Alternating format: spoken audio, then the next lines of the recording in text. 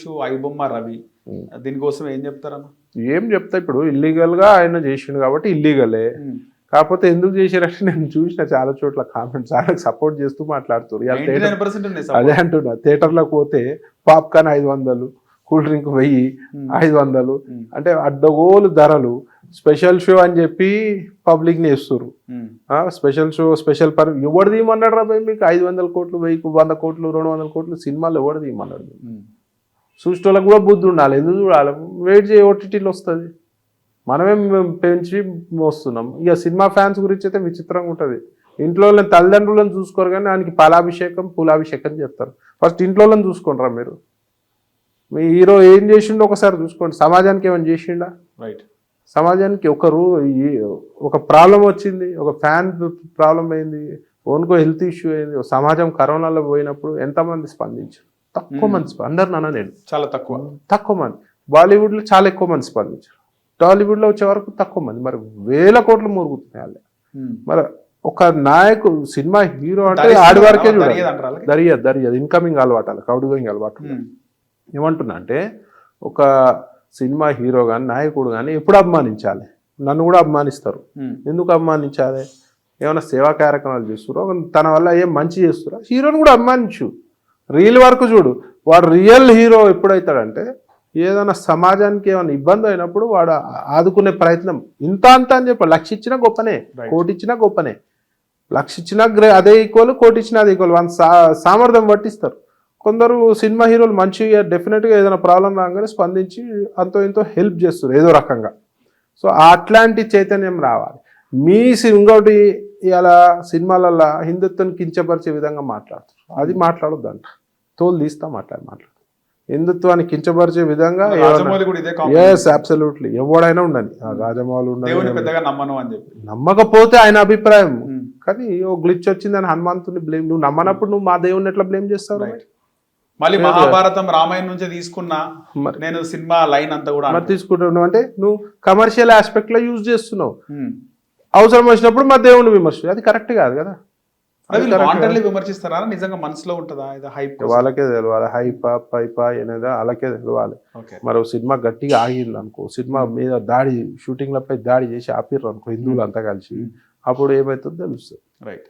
So Teenmar మల్లన్నకు మీకు అంటే మధ్యలో ఆయన స్టార్టింగ్లో ఒక వార్త రాసి ఆ తర్వాత ఆయన్నే పిలిచి మీకు సారీ చెప్పి ఏం జరిగింది అన్నప్పుడు బాగా కోపం వచ్చిన విషయం ఏంది మీకు?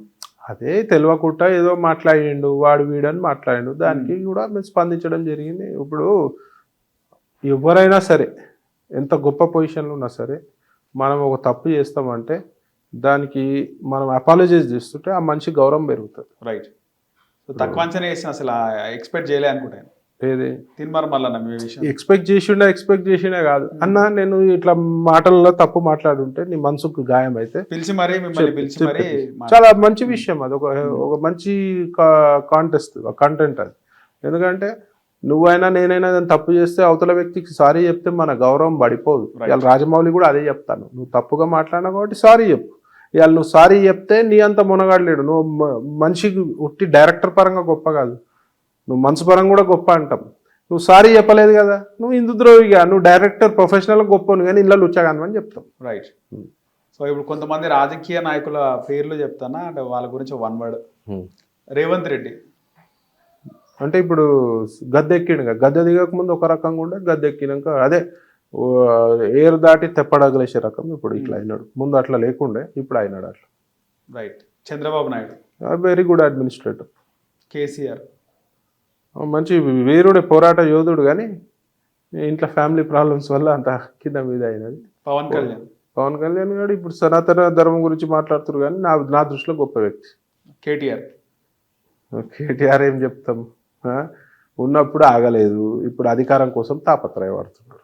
జగన్మోహన్ రెడ్డి గారు కూడా ఏం చెప్తామంటే కోటరీలో బ్లాక్ అయిన నాయకుడు, కోటరీ వల్ల డ్యామేజ్ అయిన నాయకుడు. రికవర్ అవుతారా మళ్ళీ? మా కూటమి ఉన్న రోజులు రికవర్ ఓవర్ గారు కష్టం.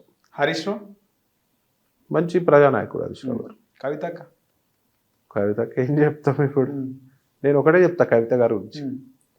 నువ్వు ఇలా పార్టీకి వెళ్ళి బయటికి ఎందుకు వచ్చినావు? పార్టీలు అన్ని తప్పులు జరుగుతున్నాయని వచ్చినావు కదా. అధికారంలో ఉన్నప్పుడు ఎందుకు రాలే? 10 సంవత్సరాలు 10 సంవత్సరాలు అధికారం ఉన్నప్పుడు రావాలి కదా. అధికారం లేనప్పుడు నీ వాటాలు సరిగా రానందుకు వచ్చినావా అని అడుగుతాను. రైట్. కిషన్ రెడ్డి కిషన్ రెడ్డి గారు బీజేపీ పార్టీకి అత్యంత సౌమ్యుడు, నమ్మిన బట్టు. Bandi Sanjay Sanjay aggressive leader. చివరిగా రామచంద్రరావు రామచంద్రరావు గారు సాఫ్ట్వేర్ అనుకుంటారు కానీ ఆయన సాఫ్ట్ కమ్ హార్డ్వేర్. ఓకే.